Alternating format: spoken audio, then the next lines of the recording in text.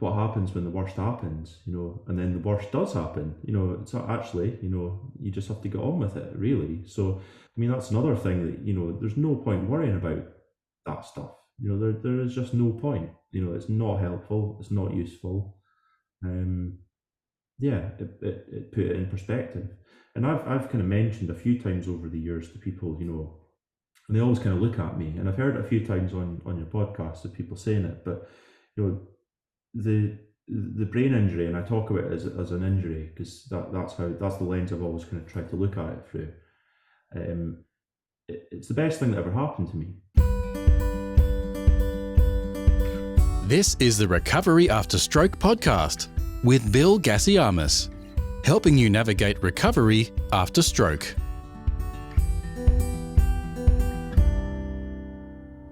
Hello and welcome once again to the Recovery After Stroke podcast. This is episode 242 and my guest today is Liam Bonar, who experienced a hemorrhagic stroke due to a cavernoma when he was aged 24.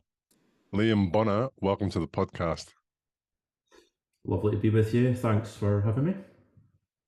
Absolute pleasure. Can I just ask you before we get stuck into the interview, I'd love to know how was it? What was it that made you reach out to be on the podcast? That's a really good question, actually. So it's 9 years almost to the day since I had my brain hemorrhage. And actually, I've been thinking about this quite a lot recently because I've recently become a dad. So I'm 34 years old now. I was 25 when I had the brain hemorrhage. And we're currently going through a bit of, I suppose, research and just finding out what the risks are for my son. So it's kind of brought everything back into really sharp focus, I suppose. Interesting how children do that. Yeah, definitely. What was it like before children? Just yourself, don't really have anyone to really be concerned about or worried about? How did you go about life? I think, yeah, I mean, I think that's probably quite a good way to describe it. I mean, I was young when I had the stroke. Kind of young and invincible, and you think that nothing's ever going to kind of affect you, I suppose. Certainly, you don't think about stroke or the risks of stroke. So it kind of crept up on me, I suppose, out of nowhere. And I think just during the recovery years and months and years afterwards, it's really been one of those things where I've learned to manage my symptoms and move on with them and make peace with them. I suppose, and just live a kind of happy and fulfilled life, and that really is my primary driver for coming on here. Really is.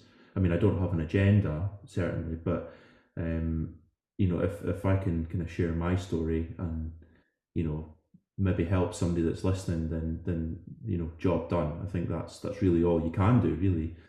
That's a really big agenda, believe it or Yeah, not. I suppose. It sounds like it's not an agenda, Yeah, and I'm not saying that an agenda is a bad thing. What I'm saying is the amount of people that reach out to me and say, that podcast interview, that person, that thing, it's just sharing of a story. And to me, the stories are all so similar. There's not much of a difference. Something happened, I had to overcome a lot of stuff, and I'm back onto life. But it's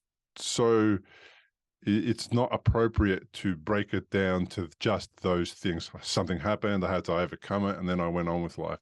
There's a lot of nuance in that story when you get to that other side, and then it still remains nuanced because it's your specific journey. The thing about it is your specific journey has a lot of things in it that other people benefit from learning about and hearing about. And that's the whole reason for the podcast. That's why there's 240 episodes and people are approaching me to be on the show because they got a sense of what it was like to accidentally discover it and go, oh my gosh, I'm not alone. I'm not the only person that went through that. And then they felt the amazing gift of giving And that gift of giving seems like it's about you, seems like you're doing it for your benefit, which you are, which is great, but everyone else benefits as well. And that's the amazing thing. That's why I ask, because I want to encourage people to come on the show, because the gift of being on the show is one that you receive, but it's also one that you give to other people you're never going to meet and whose life you're going to change for the better. Absolutely, absolutely. I totally agree with all of that. I think you've had, firstly, well done for doing what you're doing. You've had some really, inspirational people on the show. There's been some great stories, absolutely. One that I was listening to recently, Michael. I kind of want to say to him as well. Stick at it. It definitely gets better, and it's that kind of thing. It's it can only help. It can only be a good thing. So yeah, 9 years down the line, I think actually being able to take a step back and actually look at it, holistically and objectively, I totally agree. It is, you could reduce it down to, impact resolution, if you look at it that way. And there will be absolutely similarities. And, I suppose it pretty much is the same story time and time again. You have to make peace with it and move on, I suppose. Yeah. Absolutely, you have to. I mean, it's not going to work otherwise. Not only is our story the same, so is somebody who had a stroke. So is the same somebody who's had a heart attack, a cancer survivor, traffic injury from a car collision or something like that. All the stories are the same. It's somebody goes through something, it tests you. You have to learn new skills. You have to adjust. You have to adapt, and then you have to move on. And it's relevant to everybody, this particular podcast. It happens to be called Recovery After Stroke Podcast, so that I'm able to reach my specific viewers, listeners, and audience. That's the purpose of it. I did call it something else before. It was the Recovery After Stroke Podcast, and it didn't quite resonate with anybody because it was so broad. And by the time I found my audience, 20 or 30 episodes in, I really started to feel like I wasn't doing the time that I was putting in any justice. And I wasn't able to tell a specific person, hey, this podcast is for you. There's a whole bunch of people that want to listen to us tell our story, caregivers, healthcare professionals, stroke survivors, all the different kinds of people that have been injured by stroke. And that's the one that kind of started making people listen, respond, want to be on, etc. So this is what I love about the fact that it's called the Recovery After Stroke Podcast. It's niched to the point where if you're a stroke survivor and you hear about this podcast, it's for you immediately. That being said, the lessons are universal. They really are. Yeah, that's fantastic. I think one of the kind of major things for me, and you'll be the same, because I think your timeline is pretty similar. I think you're about 10 years on, is that right? Yeah. So I mean, go back 10 years and there really wasn't anything like this. I mean, I distinctly remember, looking around the kind of waiting rooms, and there was nobody my age, certainly. And that was a really kind of alienating experience, actually. It was terrifying, and that's not to say that I'm unique, because I'm very aware that there's plenty of people in my shoes and have been in my shoes. But I think to kind of be the only person under the age of 50, say, in the National Hospital, or in the HASU ward, hyperacute stroke unit at UCLH in London, it kind of brings it home, Just a quick break and we'll be right back to the interview. As a stroke survivor, I understand the difficulties of finding the right information about post-stroke nutrition. That's why I developed the course, 5 Foods to Avoid After Stroke.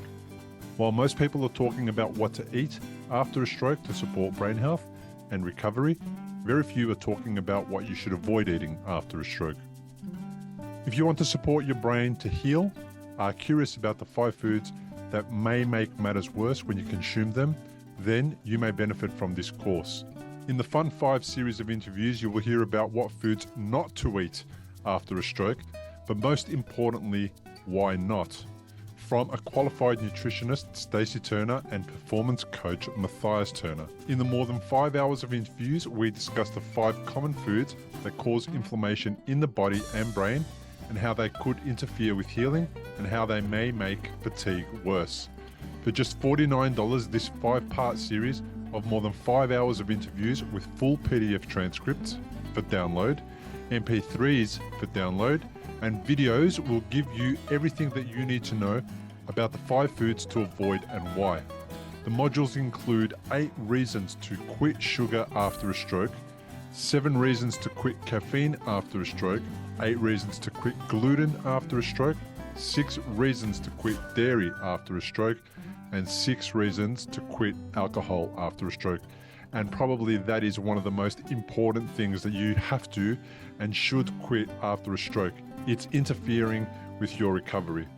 Visit recoveryafterstroke.com/courses for this and other specifically designed, short and easy to understand courses that are made by a stroke survivor for stroke survivors.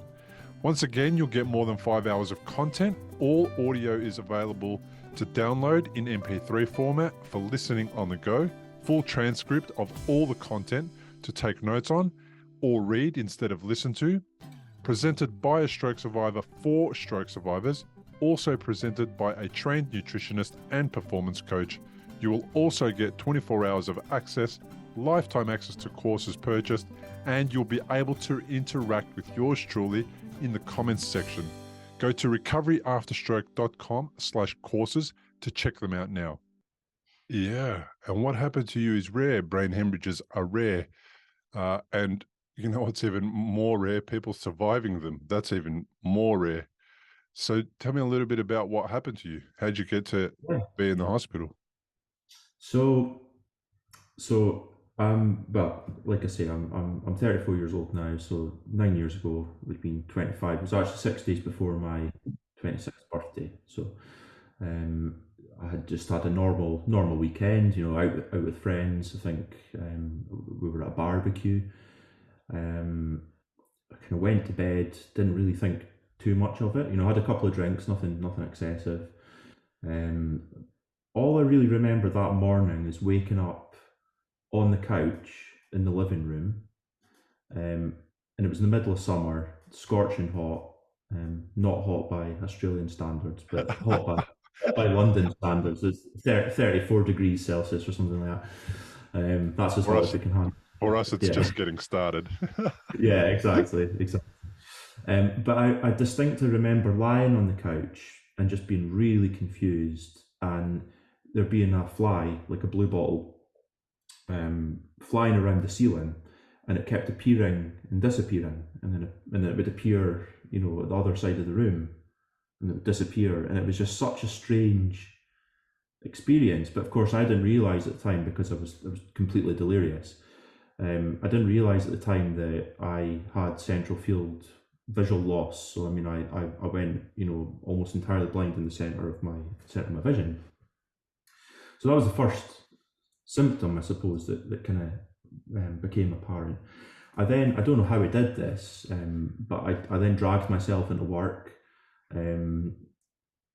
walked into work, which is, you know, a half-hour walk, sat down at the computer screen and couldn't log into the computer, couldn't work the mouse, couldn't work the keyboard, couldn't, you know, but because I was so confused, I just couldn't make sense of, you know, to me it was just like, oh, that's strange, you know, like I can't log in. And the person I was working with at the time, you know, it was a really big design agency I was working in.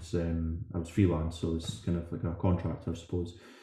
The person that was, I suppose, responsible for me at the time kind of said, you know, are you okay? I think you should maybe go home. Like, you know, you don't look well, kind of thing.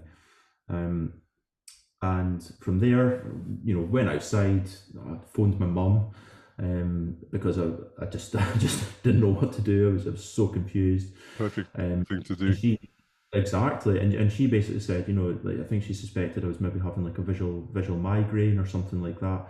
And then really wisely kind of said, why don't you go to the optician? So took myself to the optician. They kind of looked in my eyes and said, your eyes are absolutely fine. And this was kind of the moment where things started to fall into place, really. So he looked terrified, hand wrote a letter, sealed it, put me in a taxi straight to the hospital. Wow. I said, give this, to the person on the desk when you get in there. Spoke to the taxi driver, made sure the taxi driver kind of, didn't phone an ambulance, put me straight in a taxi because there was one outside. Um, that was the eye hospital, which was really close by, so it was kind of an easy thing. But they are part of UCLH as well, so which has is actually probably the best place you could be, arguably for brain hemorrhage in London, certainly the UK. So from the point of handing that over, and the person opening it and reading it, which must have been a strange experience for them. I was quite quickly whisked off to the hyperacute stroke unit, and then the rest is history. I suppose. Unreal. Yeah. It's Yeah. really interesting to hear that your process to get to hospital was quite rapid. That's awesome. It was. Most people fluff around and take their time, and because you're having a stroke, you can't work out what the right thing to do is, and you make all these excuses and you justify everything. And Yeah. this particular doctor has done an amazing job. When you've gone there to get your eyes checked, they've gone, it's definitely not your eyes, therefore it must be neurological. Straight into a cab and immediately to the hospital. So when you're in the hospital, you don't really know what's happening yet. You just know that it's pretty serious. This guy was concerned, so you're in hospital. And then they came back to you after a little while with the results, with the news. How did they break it to you? So I think it was pretty obvious for them because they must have seen similar types of admission. I would imagine. I think the moment that it started to become really obvious to me was when I was taken down for my second MRI, because at this point they still thought it was bleeding.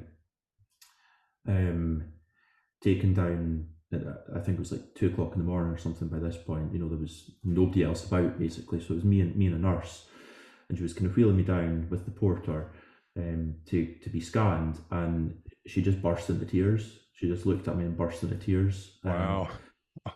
Fast forward, so my wife now, so I've not been married before. My wife, my wife used to work in stroke units. Basically, she's a nurse. So, and she kind of said, well, listen, that only happens when they're absolutely convinced that you're going to die. Basically, it's like they kind of know the trajectory of things. So, it's one of these situations that at the time you just think, oh my god, well, this must be serious. But yeah, I mean, from there, it was very much a case of scans, lots of MRIs that day. I think I had 6 MRIs or something when I was in there, because from my understanding, they just wanted to be absolutely sure that they'd imaged it correctly, but also that it wasn't still bleeding. And thankfully, it had kind of sorted itself out, I suppose, and stopped bleeding. And yeah, I kind of see it as a bit of a miracle, really, because I think it's one of these ones. You're very you're lucky to survive it in the first place, but also lucky to kind of 9 years later, be have almost no symptoms or repercussions. So yeah, I'm just very thankful and appreciative. Fair enough. So while you were chatting, I just did a search for intracerebral brain hemorrhage, which is what you've had on on Google. I'm laughing because I'm nervous. Yeah. I don't know why I'm nervous. Intracerebral brain hemorrhages bleeding into the brain tissue is second most common cause of stroke, 50 to 30% of strokes, in fact, and the most deadly. Blood vessels carry blood to the blood vessels carry blood to and from the brain. Arteries or veins can rupture either from abnormal pressure or abnormal development or trauma. Did you have either abnormal pressure, like blood pressure, abnormal development, like a maldeveloped blood vessel, or trauma? Yeah, so my condition, I suppose, so I was born, I didn't know this, but I was born with a cavernoma. So that's an odd clustering of veins, basically. The way it's commonly described is they're shaped like a raspberry. Um, Essentially, veins that would otherwise be straight. They kind of cluster together and they cause this sort of weird um, lump, I suppose. It does end, the word ends oma, which I believe everything else, oma is a tumour. It's not cancerous. Uh, they're not, they weren't believed to grow, although I believe the kind of the thinking on that's possibly changed in that time. Um, but yeah, the story I was kind of told by the neurologist was, that if you if you have a bleed via cavernoma, the longer that goes on, the less likely it is to happen. So it gets less and less likely every year. So the first year is kind of the danger zone, I suppose. Once you're out of that, it's less and less likely, less and less likely. So I was always quite, that almost gave me kind of goals and something to kind of look forward to. It's like, well, like I'm still here, during the recovery and everything else. It's like, it can only get easier from here, and that was something I think I kind of took through, I suppose, the whole journey, really. Mm. With the cavernoma, to remove it, did they do brain surgery? No, that so it's inoperable because it's so deep. It's right kind of behind the optic nerve. So basically, when the bleed happened, um, the blood settled on the optic nerve, left staining, which caused brain damage, which then caused visual loss. So it was right in amongst that kind of central part, I suppose. So they basically said, the only option here of intervention is gamma ray, which radiation, so really focused rays of radiation. But they basically decided that that wouldn't be appropriate, to kind of just see how it goes, basically, and kind of just manage it from there. How often do you go back for checkups, or does that not happen anymore? It doesn't happen anymore. It was 6 monthly, then it went to yearly, and then approximately 3 years ago, 4 years ago maybe, we decided, my neurologist and I kind of decided that to lift the stress of it, to basically just not do it again, and basically I'll go back. I'll get in touch with them if symptoms return or anything. So it's kind of it's kind of a bit of a thumbs up. I've taken it as a bit of a thumbs up to say, go on and get on with your life now. This doesn't have to weigh you down now. You don't have to think about this, and it genuinely isn't something I think about every day now. Mm. I still have the visual loss, albeit much, much, much reduced. The thing I was told at the time was, this seems like this will never go away, but your brain has an incredible ability to heal. And I took it in, but I just didn't believe it. I just didn't think, you're not going to heal. Like, I'm not Spider-Man or something. I'm not going to heal suddenly, my vision again. But your brain compensates, and the area that I can't see out of. I still, when I go to the optician, they tell me I've got 20/20 vision. I can still drive a car. I can all these things. I can drive a motorbike. arguably that's more dangerous. But Yeah. yeah, it's one of these things, you know. It's you know, the things that you're told at the time, you know, actually a lot of them are kind of true. And I think actually, you know, actually being able to see somebody that's come out the other end and say, you know, that was true. You know, your brain can heal and it can, you know, do amazing things that I just didn't think it was capable of doing. It's like Yeah. growing another arm. You know, it's amazing. It is. There's another thing that happens is, if people can heal emotionally, and then perhaps if you heal emotionally, that might heal your mental state. And even if your Mhm. physical state isn't quote unquote normal, but you can heal, deeply heal, where it really truly matters, like in the heart and in the Yeah. and then in the mind, you achieve a level of recovery that's very different to what people uh, talk about when they talk about recovery. You damage your toe, you go to the hospital, they stitch it up for you, or they tell you it's broken, or whatever they tell you, and they say it's 6 weeks, and in 6 weeks you'll be fine. But it's such a minor thing in comparison to your entire body. You never give it a second thought. You just trust them, you believe them, and you're wary of the corner of the couch next time. It's no big deal. And you might even smash it again on the couch if you're like me and you don't learn from the first incident of smashing your foot on the couch. So it's like, okay, that's pretty inconsequential. I can just cop that, move on. Stroke's not inconsequential. It makes you think about things you never thought about before. You think about your mortality.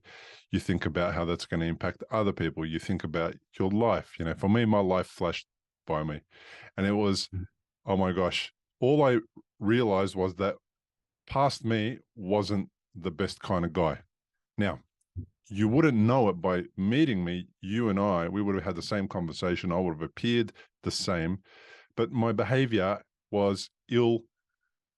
What was it? How do I describe it? It was, as a 37-year-old, I was behaving often like an 18-year-old. So there was a maturity that wasn't there, even though I was mature in years.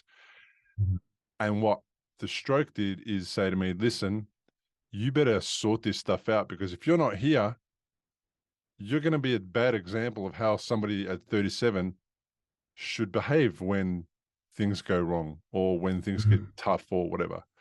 So I had that opportunity to go, well, I'm going to work on myself and I'm going to heal a few things, so that with my children especially, so that if I do finish up after this next few months or whatever, at least what I've done is made some things right, and then I can move on.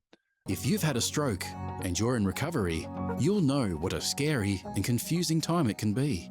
You're likely to have a lot of questions going through your mind. Like, how long will it take to recover? Will I actually recover? What things should I avoid in case I make matters worse? Doctors will explain things, but obviously you've never had a stroke before. You probably don't know what questions to ask. If this is you, you may be missing out on doing things that could help speed up your recovery.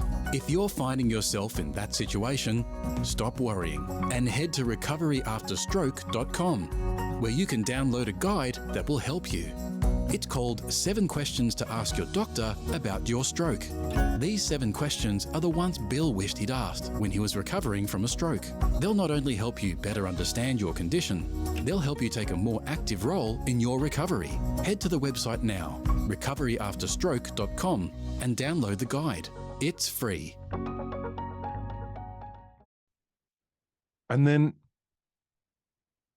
what that did inadvertently, without me realizing, was because I had a long time at home on my own, because I had, nearly 3 years of the journey before I got to brain surgery. I had a lot of time to do personal development work, to go inward, to search, to discover. And what I found was that the healing that I was doing was emotional healing.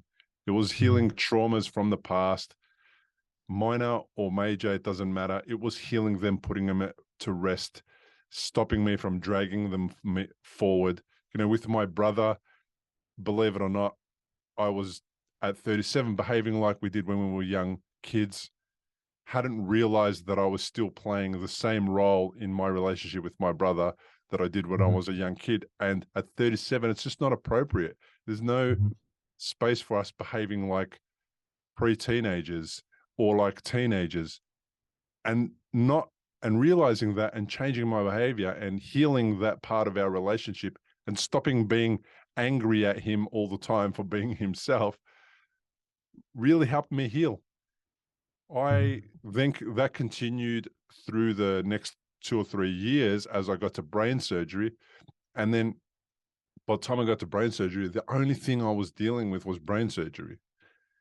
I'd let go of so much of the rubbish from the past. I just let it all go.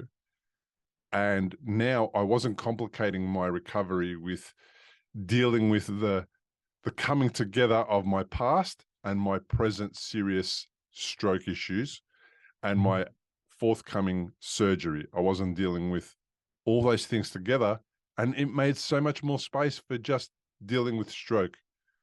So I dealt with the stroke, wake up, can't walk, have to learn how to walk again. The only thing I was focusing on was learning how to walk again, learning how to use my left arm again.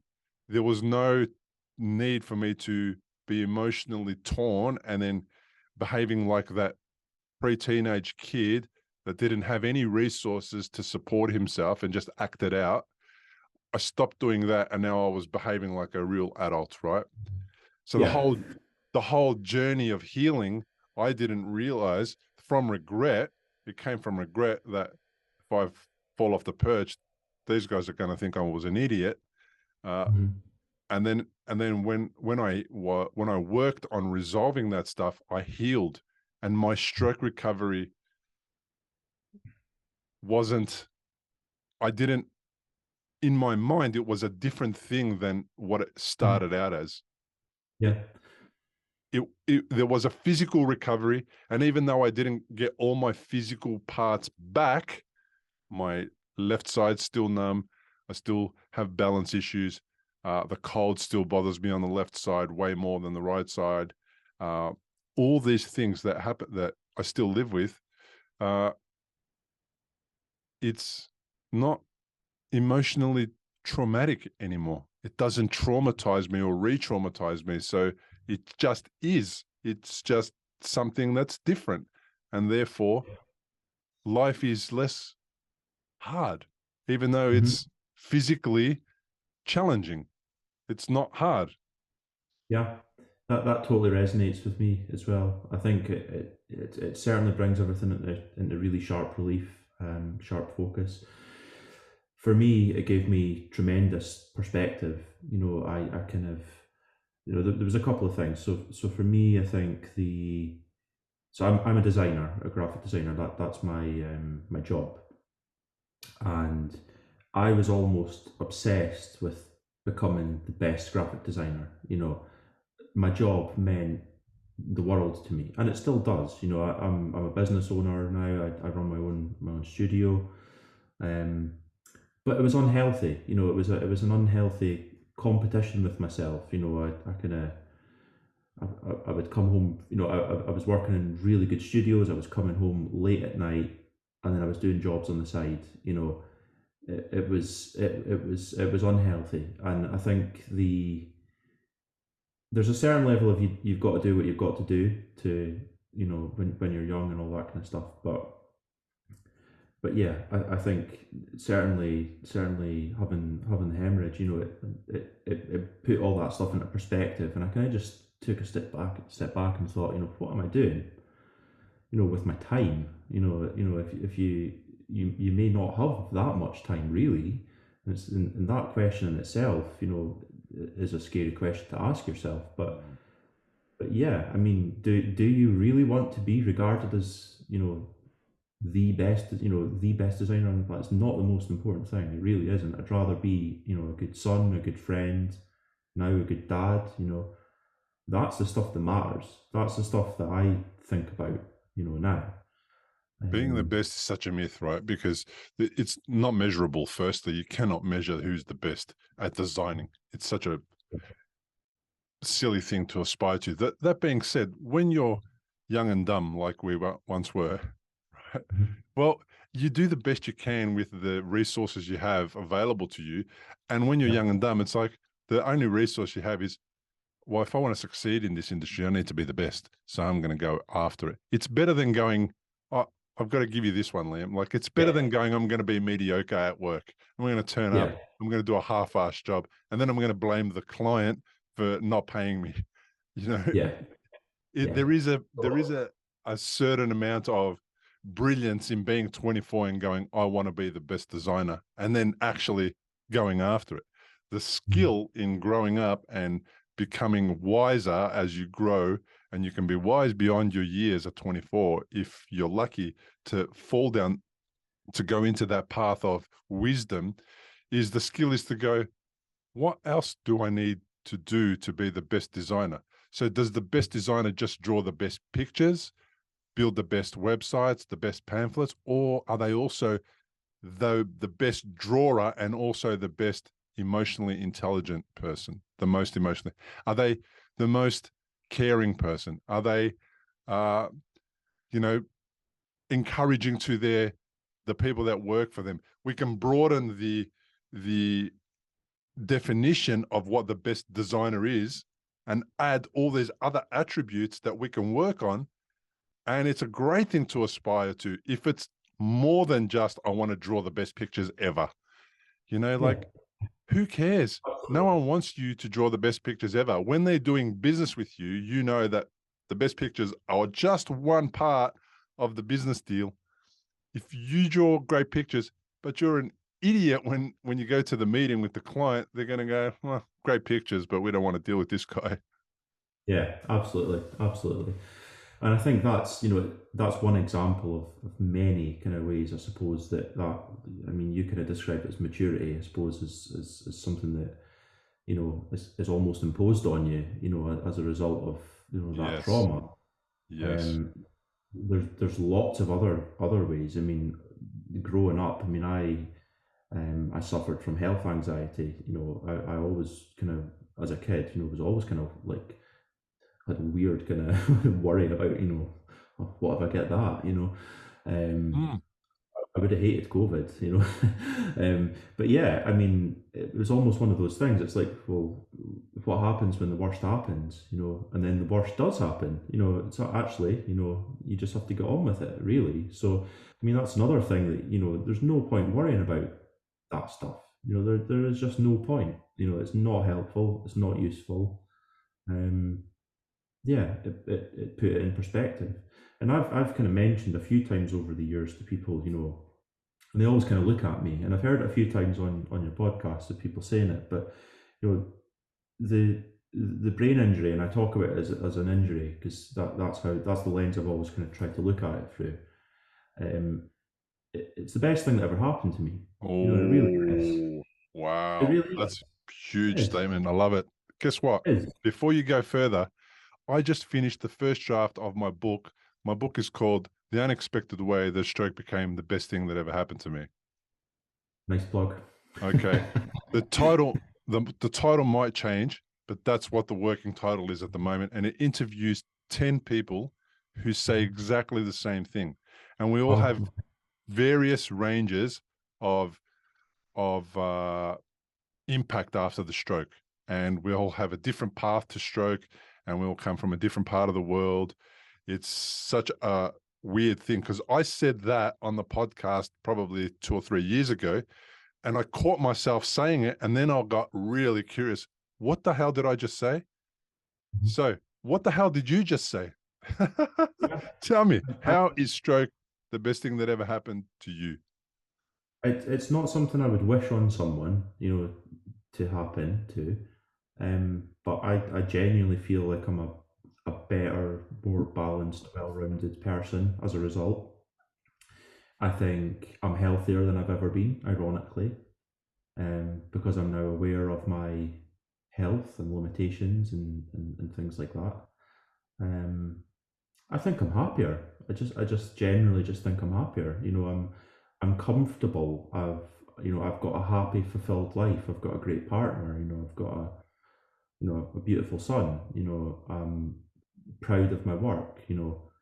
I'm happy with my lot. I think is the um, maybe kind of dumbed down way of talking about it, I suppose. But Content. yeah, I'm totally content and totally fulfilled. I think it's one of those things where I was always pushing for more before. Um, you know, I suppose you have to ask, where does that kind of desire to become, the best at something kind of come from? You know, to try and achieve things and push and push and push. And actually, if you actually take a step back and look at what's in front of you, a lot of times, it's beautiful. It's really good. So yeah, I think that's probably the biggest thing for me. I want to focus on this for a little bit longer. So it wasn't the best thing that ever happened to you when this all started. Okay. Oh So no, things absolutely changed not. No, and shifted, no, right? So absolutely. would it have been the worst thing that have ever happened to you when it started? Yeah, And yeah, it would have been. Yeah, okay. See, that's the interesting part that people don't get when I say that to stroke survivors who are not at that stage where we're at. yeah, Okay, they go, well, no, hang on a sec. Stroke's the worst thing that ever happened to me, and I'm like, well, it was to me as well. I'm not saying that it was great on day one. It was shit on day one. It was shit the second bleed. It was terrible the third bleed, and it wasn't any good at bloody surgery either. But then it started to evolve and change as I did the healing work, as I did this growth work, as I did this deeper search for my purpose and for my meaning, and all those things started to uh, evolve and allow me to think at a higher, what's the word, to think at a higher, I don't know, perspective, or to think at a place that 37-year-old Bill couldn't possibly do it. I had to get to 41 or 42 to get there. And then when I yeah, got there and I had that realization, it's like, on reflection, comparing myself to who I was back then and seeing how far I've come. And none of this was how far I've come with surgery, recovery. It was all about how far I've come as a person.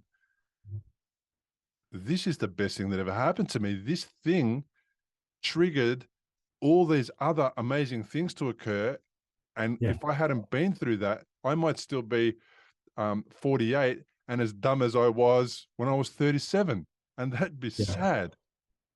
Yeah, you don't know what you don't know. I mean, it's Yeah. it's probably as simple as that. And you talked about that as a trigger there.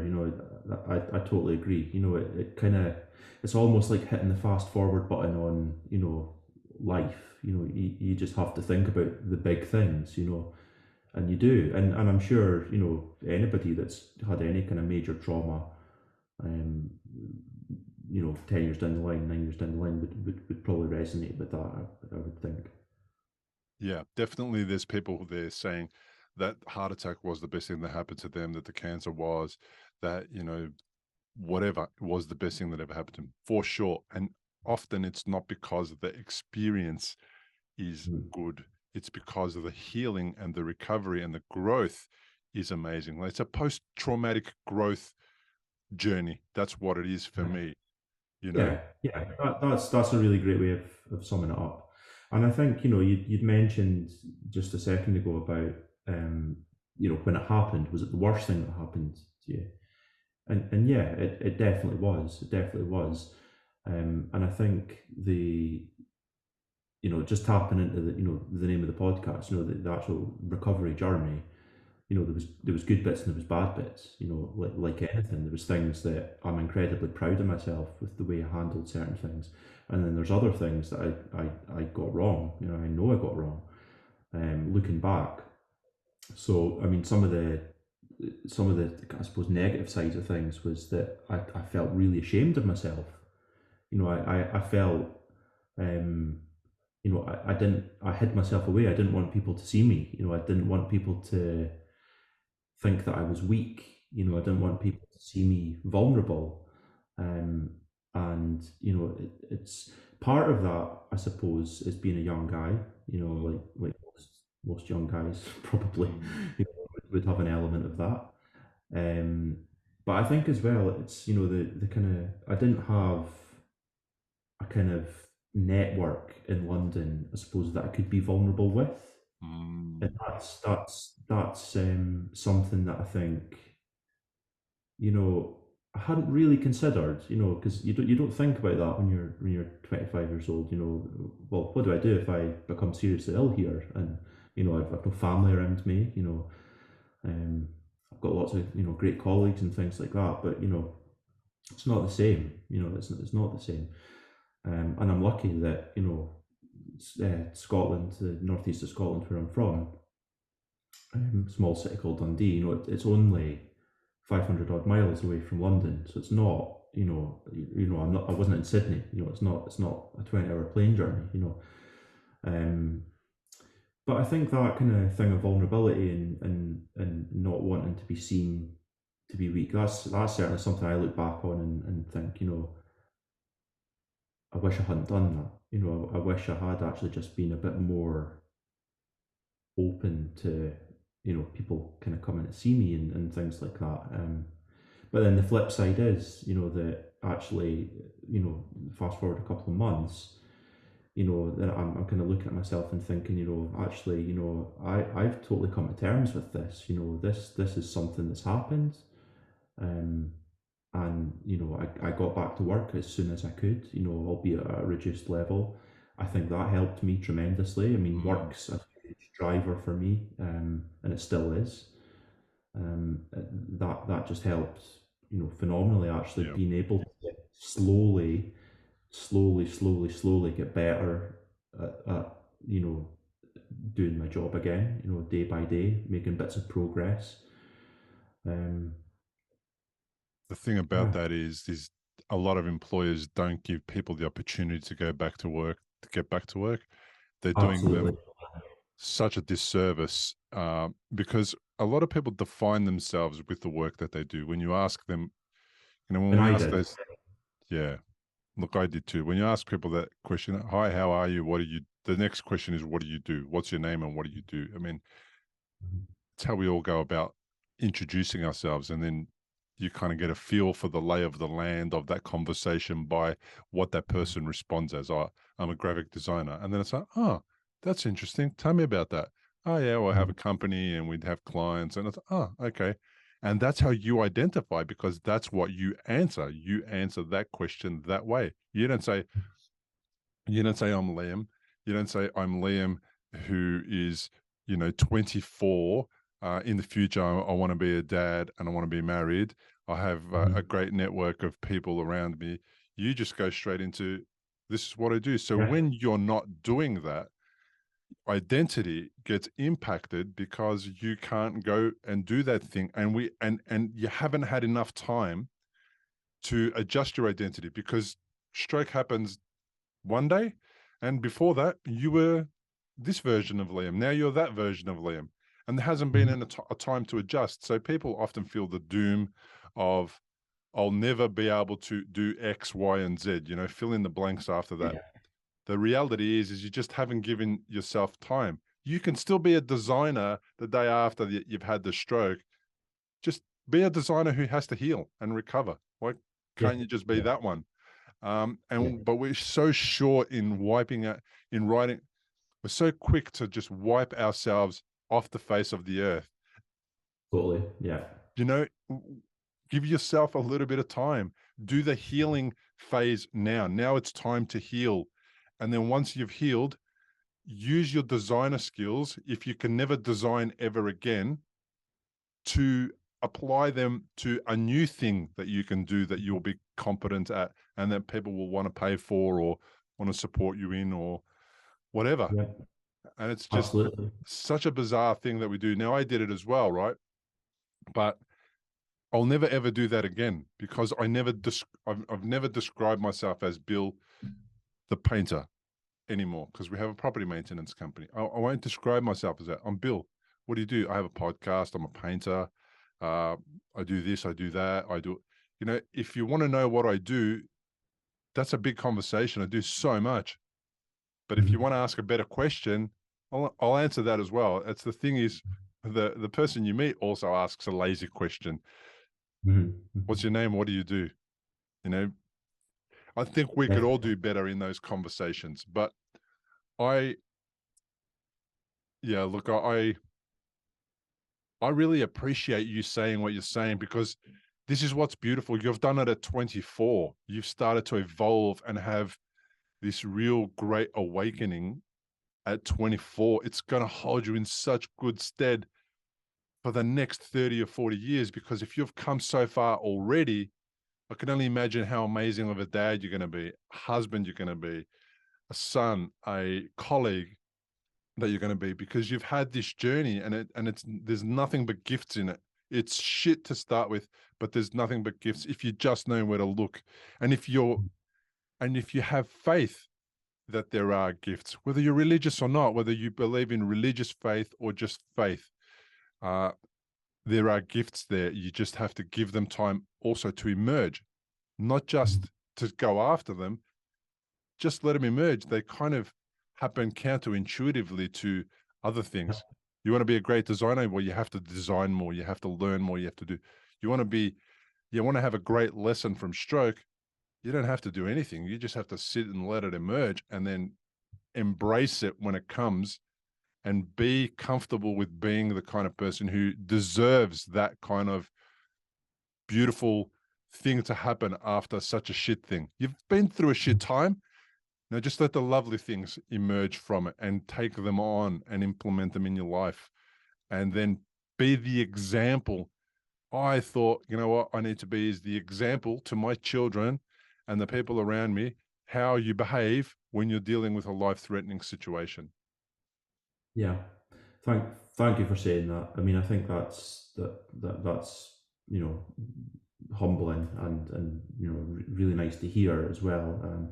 And I think it's one of these things that you kind of just have to roll with the punches a bit, don't you? You kind of just have to take it in your stride. And I suppose going back to one of the first things I said, when we kind of came on here about like agenda and things like that, I suppose for me, what I would hate to think is, if there's, other kind of people in their 20s and youngers and 30s and 40s, young at heart, whatever, that are kind of thinking, well, I don't think I can get through this. It really is like, you just have to keep going, you just have to keep pushing. You just have to keep pushing forward, and, you will get there. You will.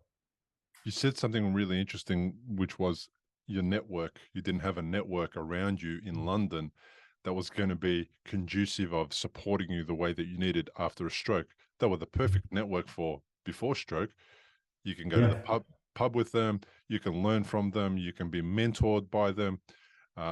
You could really learn your craft around those people with that network. But then they're not the right network for stroke recovery, and nor should they be, because they've never had a stroke, and we don't want them to have a bloody stroke, Exactly. Yeah. But Yeah. then that's where it's important. You need to keep that network there so that you still remain part of that, so that your identity is still able to be nurtured as a designer, so that you can be a post-stroke designer. And then also you need to expand your network and bring people in that are going to help you on the healing journey, on the recovery journey. They might be able to help you with things like meditation, yoga, all the woo-woo weird stuff that you thought, that's not for me, I don't do that kind of stuff. They're the things that you need to start to embrace, the things that you had a negative idea about that were possibly beneficial to you, that as a 24-year-old, you're going, I'm a bloke, we don't do that. We go to the pub and we drink our sorrows out of existence, so it's like a really important thing to get to the point where people realize that the current network that they have may not be suitable for the healing journey. And that doesn't mean you discard them. It just means you add more people in, and you find time for other people that you wouldn't normally associate with, that will get you, understand you, that you will understand, and you will appreciate that they understand you. This other beautiful network, they're great. We love them. They got us this far. Yeah. Let's just Yeah. expand it. Absolutely. Yeah. And like my friends from that time, they're still my friends. They of course they are. Um, and it's certainly not a criticism of anyone or anything. I think I would open that out to relationships as well. My relationship at the time, it kind of it broke down afterwards, like but it's one of these things, like when you're young, like how are you meant to navigate that? Mm. It's a difficult thing, so you need the right people at the right time and things like that as well. So but interestingly, the best sort of asset, I suppose, that I added to my network is I got a dog. Mm. That was an incredible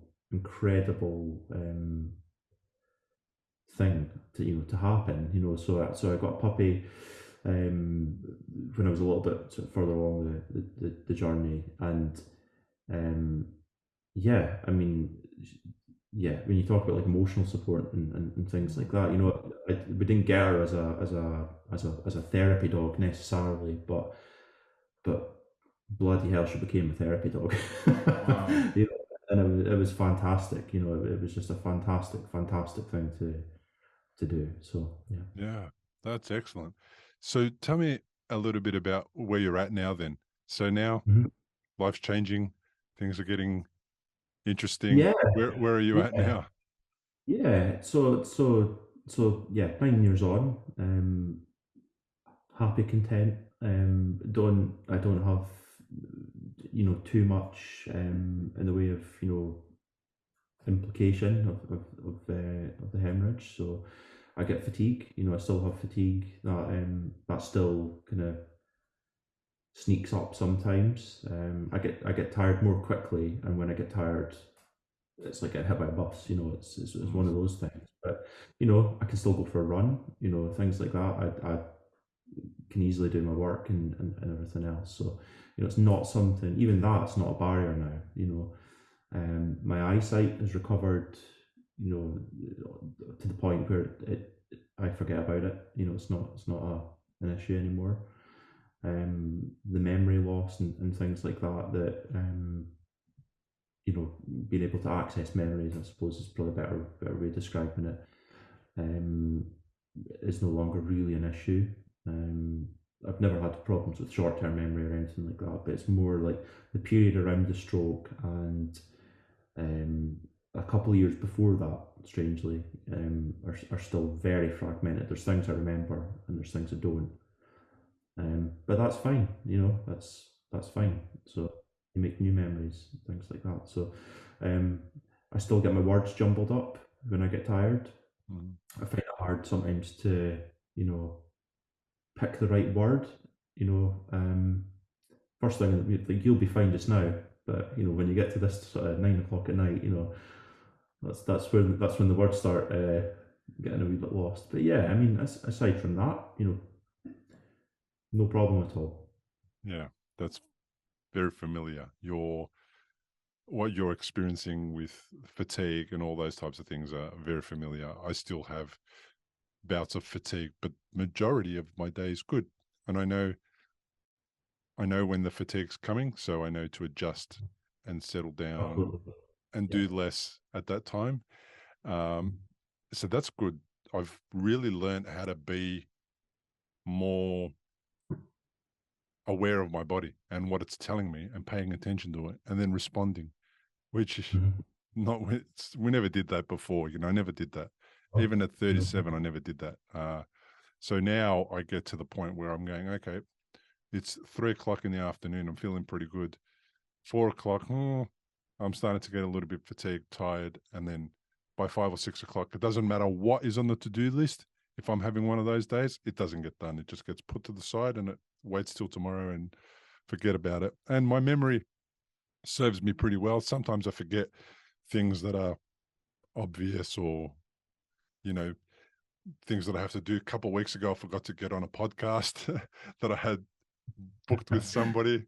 Um, Even though it was in my diary, even though I knew about it for weeks, I went to bed the night before, didn't put my alarm on, didn't think about the podcast, And instead of waking up at 6:30 in the morning, I think it was a UK person to be on the Zoom with a UK person. I completely forgot about them. And all I did was apologize profusely later on, and we rebooked it. It's no big deal. Yeah. So those things happen. How's family life? Tell me about your family life, your young, growing family. Yeah, couldn't be better. I mean, it's my partner is fantastic. Strangely, we share a birthday, so it's kind of that kind of written in the stars type thing. It's Wow, quite funny. that is very Um, cool. yeah. So yeah. So I mean, we're kind of going great guns, and son's 5 months old. Nico, can't what more can you say? Yeah. Just great, just brilliant. Um, I mean, and these are the things that I worried about at the start. Will I be able to have kids? Will I be able to, will I be old enough? Like will I grow up? Things like that. Mm. Yeah, totally happy. Yeah. One of the things about kids is I was a really young dad. So I was 22 when my first son was born. He's 26 now. And 4 years later, my youngest was born. And, you know, talk about what stroke did to you. It woke up another part of you that forced growth and development and all these things onto you. Well, Mhm. let me tell you, that's exactly what a kid at 22 does. Yeah. It just says to you, pull your head out of your ass and just go and work Yeah. it out and find Yeah. solutions to all these new problems that you now have. Yeah. We don't have time for this. Just do it. Yeah.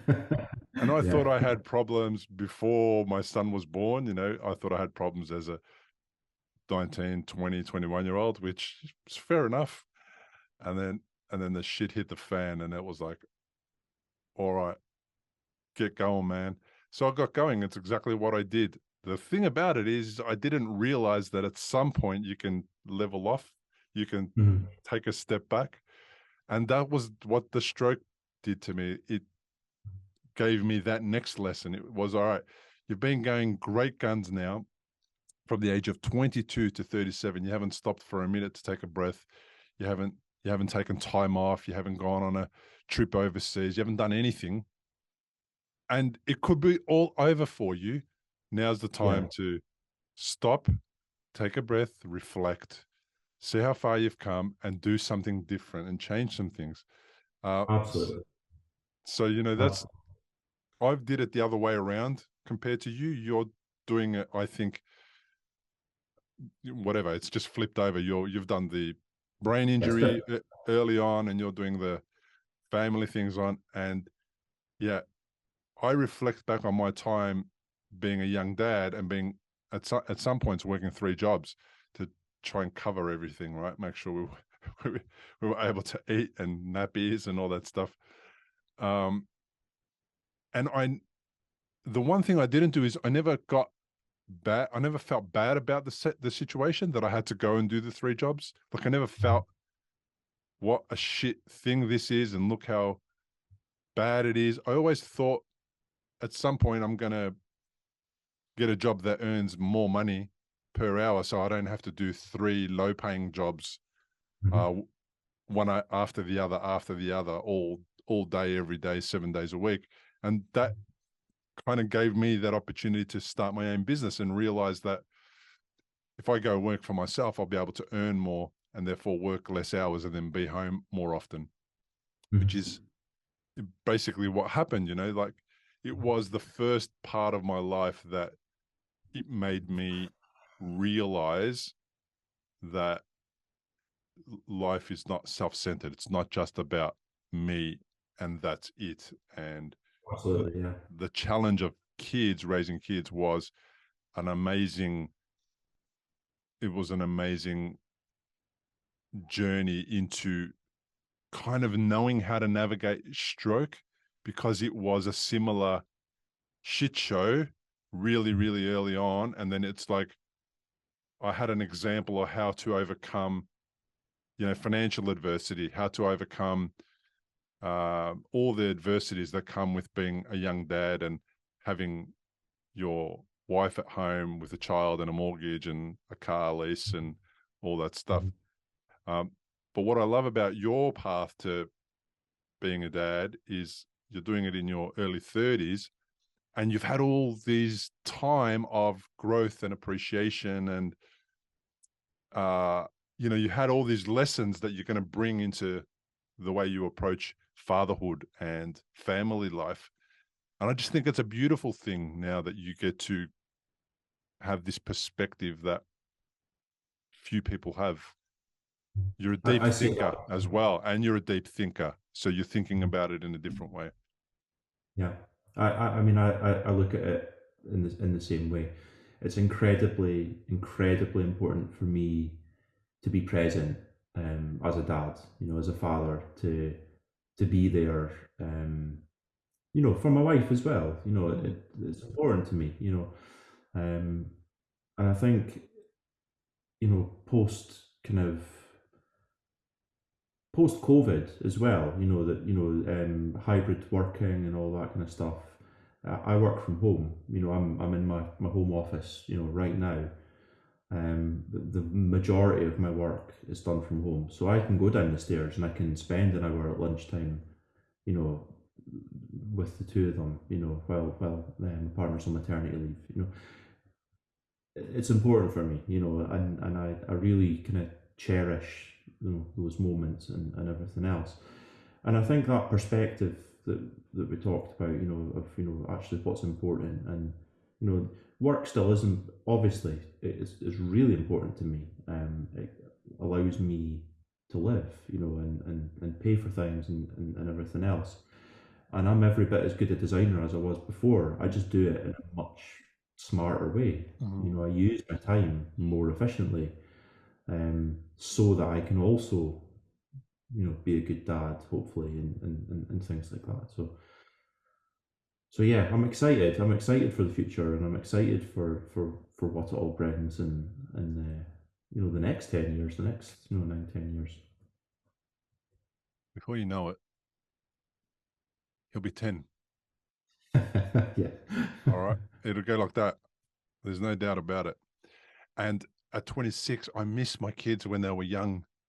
Oh Mm, my gosh, do I miss them? And not only do I miss them, they've flown the coop. They don't need me anymore. yeah. Oh, And they they're all on. have kids. Well, they might not. That's the thing. Um, and I'm certainly not going to be the when are you going to have kids? When are you going to get married kind of guy, right? I'm not going to do that. But oh my God, do I miss them? I miss them because I've done the job. I've made them independent. I've Mhm. let them just go out and be themselves and discover the world the way that they have to do it. And as proud of that as I am, there's a part of me that just goes, oh my gosh, I wish I could just have them back for a little Yeah. bit. Every so often. They're 26, they're bloody adults. There's no chance I'm gonna have them back in that way. But the first 10 years for me were a bit of a blur because of the amount of work that I was doing. And I missed out on some of that stuff that I think is really important that I wish I had done. Well, I don't really wish I had done it different. I did it the best I could, but Yeah, exactly. I didn't pay attention to how precious those 10 years are. And it's, You don't know what you don't know. I mean, yeah. it's just part And, of that, isn't it? and then they go, and then you reflect on them 26 years later. It takes a while to reflect on it. You don't reflect on it in the following 10 years. You reflect on it a little bit further down, usually when they move out of home. And it's like, okay, all right.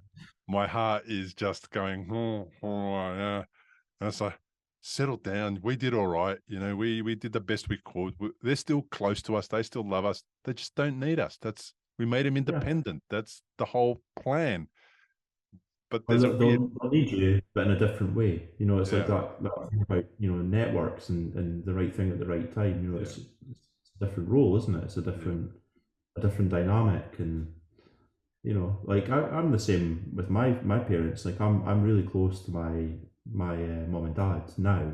Well, always have been, but the relationship's different now as an adult. And for them as grandparents and everything else. So Mm.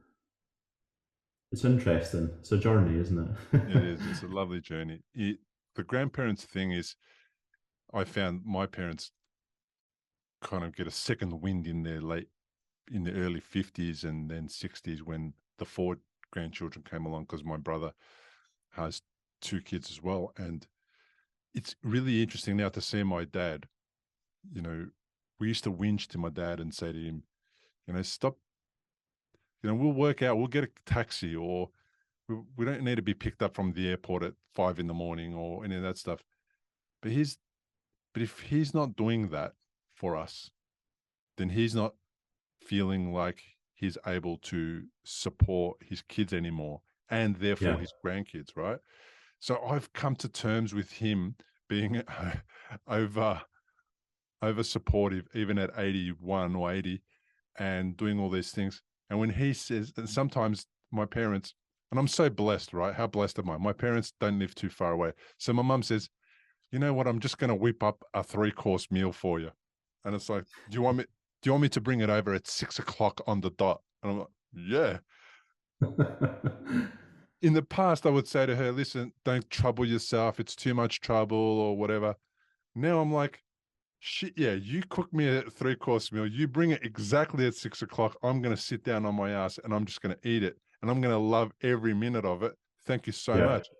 It's a different way to experience them. And rather than because they're old and frailish or whatever, I'm not going to tell them not to do that. I don't care if it's hard. I don't care if it's difficult for her to stand up. I don't care if it's painful.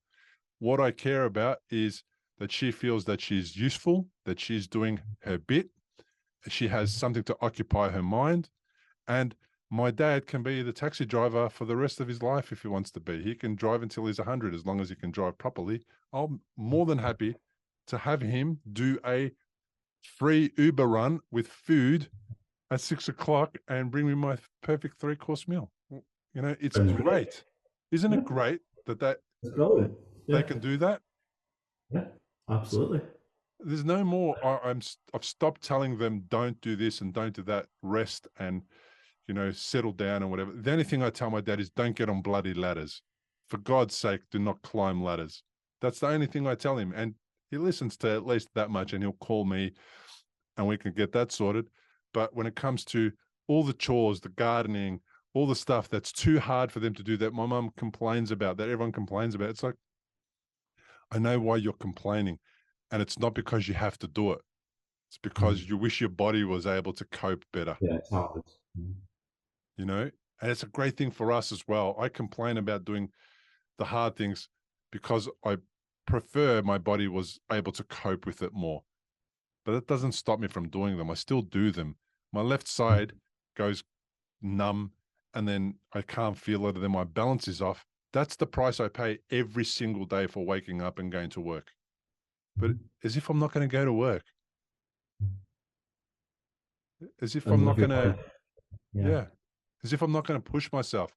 And when somebody says to me, hey, on Friday, when they call me at 6 p.m. on Friday um, and at 6:30, we have to be somewhere that they've just decided to go to, spur of the moment, I'm dropping absolutely everything and I'm going there. I don't give a shit what I thought I was going to do the rest of the night. If you're invited me out and we're going out to have fun, enjoy ourselves, and it's usually a quiet drink and I don't drink anyway, but I just sort of hang around with people who drink. It's usually a quiet drink or a music or a band or a cafe or whatever. I'm going. I'm tired, but that type of connection re-energizes me while I'm there. It gives me Yeah. an emotional recharge, and the physical pain and suffering goes away because I'm doing this emotional connection, and I've been able to separate the difference between what each interaction with a human being gives me now.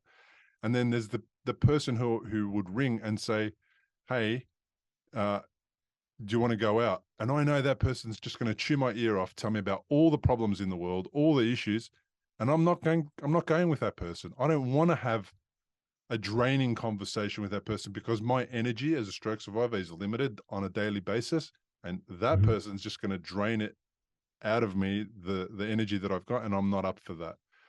You need to Yep. find somebody else to get rehabilitated from. I'm not going to rehabilitate you and listen to all your problems.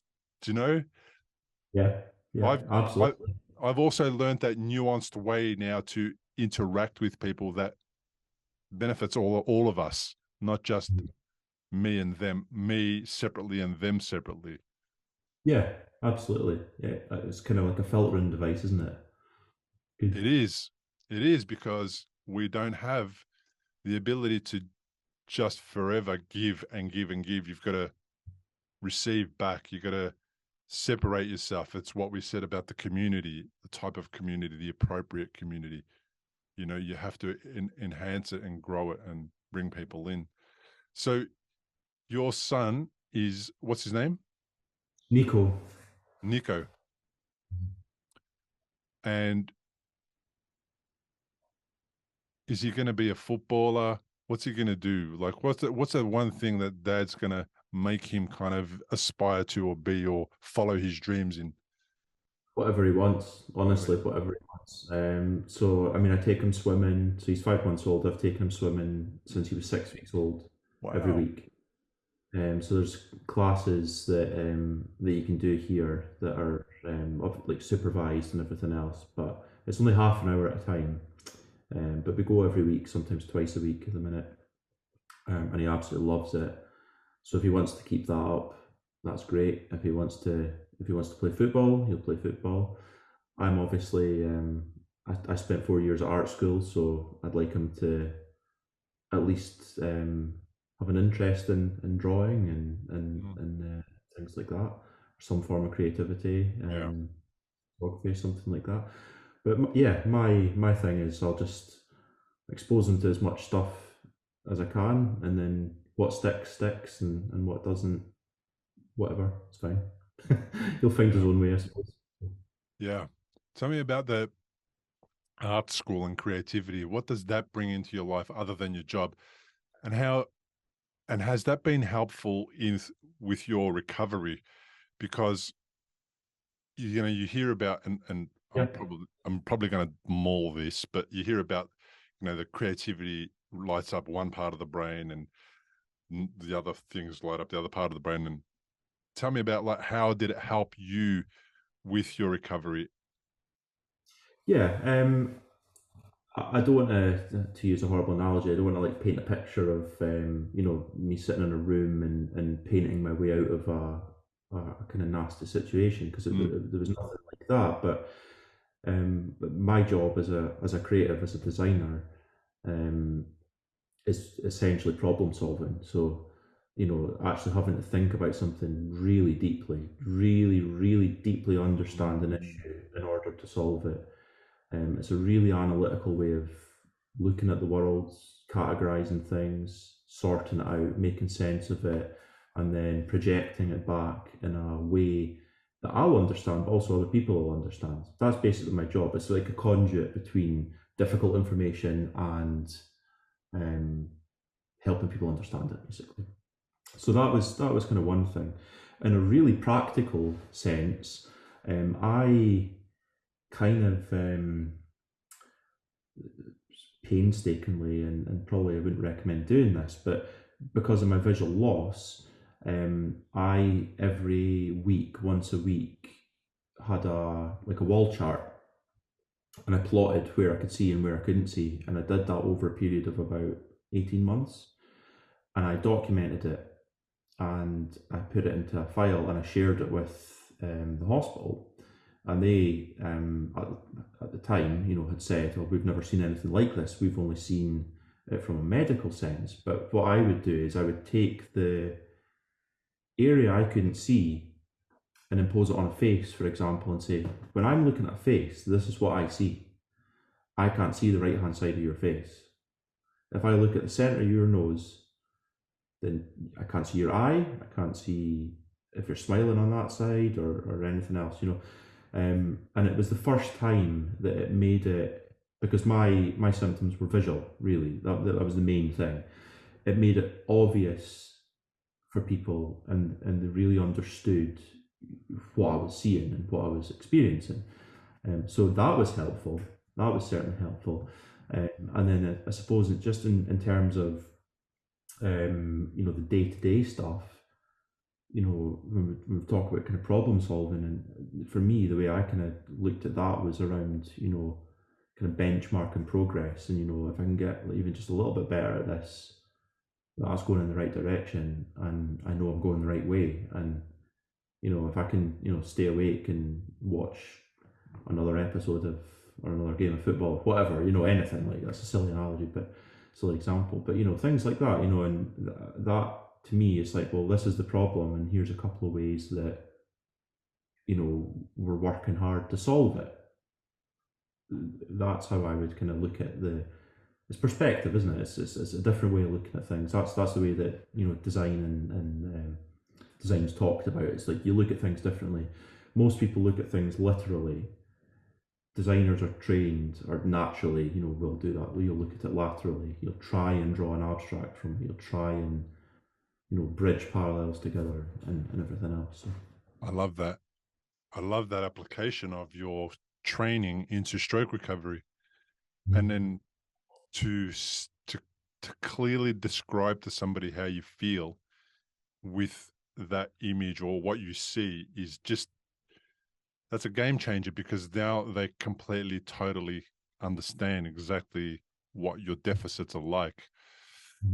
Yeah, I mean, I'm much better at visualizing something than verbalizing it. So, I mean, for me, it's quicker and more accurate to just show you what I'm seeing than try to describe it and then somebody interprets it, and it's it takes the interpretation out of the it just creates a clear picture of where exactly you're at, and then that person doesn't have to guess and imagine, and probably sometimes also concoct reality in their own head that's not actual reality, that's not real, and because they don't have the same ability to apply what you're saying to their particular needs, and maybe they're using also previous experiences from other stroke survivors and superimposing their version of what happened to them onto you, and then it kind of has a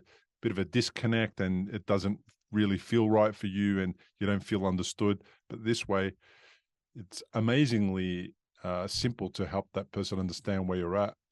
It reminds me of an episode that I did with Maggie Whittam, episode 47. The episode's titled "The Great Now What," and Maggie had a problem describing, explaining how I think her left side felt, and she got Barbie dolls, and in one of the Barbie doll, in the series of these Barbie dolls, she got one of them and she wrapped it in clay on her left side, for example, and then she just described, that's what it feels like to be me right now. So it feels, imagine your body, half of it wrapped in clay, and you having to move that body through the world. How would that be different? And then she got another one, and she painted it with different colors, etc. Then she had another one with, I think, pins and needles and that type of thing to describe the other feelings and other sensations that she was feeling. And the visual image of when I saw those Barbie dolls for the first time, it was like, oh wow, like I totally you get it. appreciate that, because now I have a visual to explain something to somebody that doesn't understand how I feel. It's such an amazing gift. And she's a creative kind of person. She's in theater, and she struggled early on getting through her recovery. The impact of the stroke was pretty dramatic, in that she has real trouble on one side of her body, and also her mouth is drooped on one side, and it stayed drooped, didn't change. And she was an actress, and she really became challenged by all that stuff. And then I interviewed her probably, I reckon, in 2016, something like that, 2017. But since then, she's put together a documentary about her stroke recovery journey and what she's had to overcome, all the challenges. I was so blessed to be one of the first few people to have seen it, to give her my feedback on it. It was just amazing that she developed this. Wow. And she developed it with an amazing colleague and friend of hers in the time when she was the most unwell. Mm-hmm. So she would have been struggling with every aspect of recovery. And in that time, somehow she's managed to squeeze out a documentary. Mm-hmm. Now, I'm not sure if it's been bought, published, or shown yet or anything like that. I don't know what stage it's at. I might check in with her. But even Maggie has been able to go back to theatre. She's been able to find a new community of people. One of the particular theatres that she's involved in is called Family, Phamlay, I think, Family Theatre, the Family Theatre. And it's people who are somehow disabled. They might be in a wheelchair or whatever. And they do productions and they run them. I'm pretty sure they're LA based. So there's a whole huge, massive amount of shift and change, but she's used all those skills that she always had and she's applied them in these unique and different ways. And she's been able to just bridge the gap between understanding stroke and not understanding stroke with these, beautiful, amazing ways. That sounds a little bit like your kind of thinking. Yeah, I think for me as well, it's always been great. Like I've always benefited from having a creative outlet, and I think when you're going through something like recovery, where time is the metric, I suppose, that you kind of rely on. It's like, how long is this going to take? To be able to draw and write as well. I mean, like I really enjoy writing. I paint, like photography as well. To be able to do these things, actually, it's like for a lot of people, exercise. I mean, I'm not running at the minute, but I do enjoy running and things like that. But the thing the thing that silences my mind and helps me relax is to create. So actually, there is, you can find solace in things like that, definitely. Brilliant, mate. I realize it's getting late over there where you are.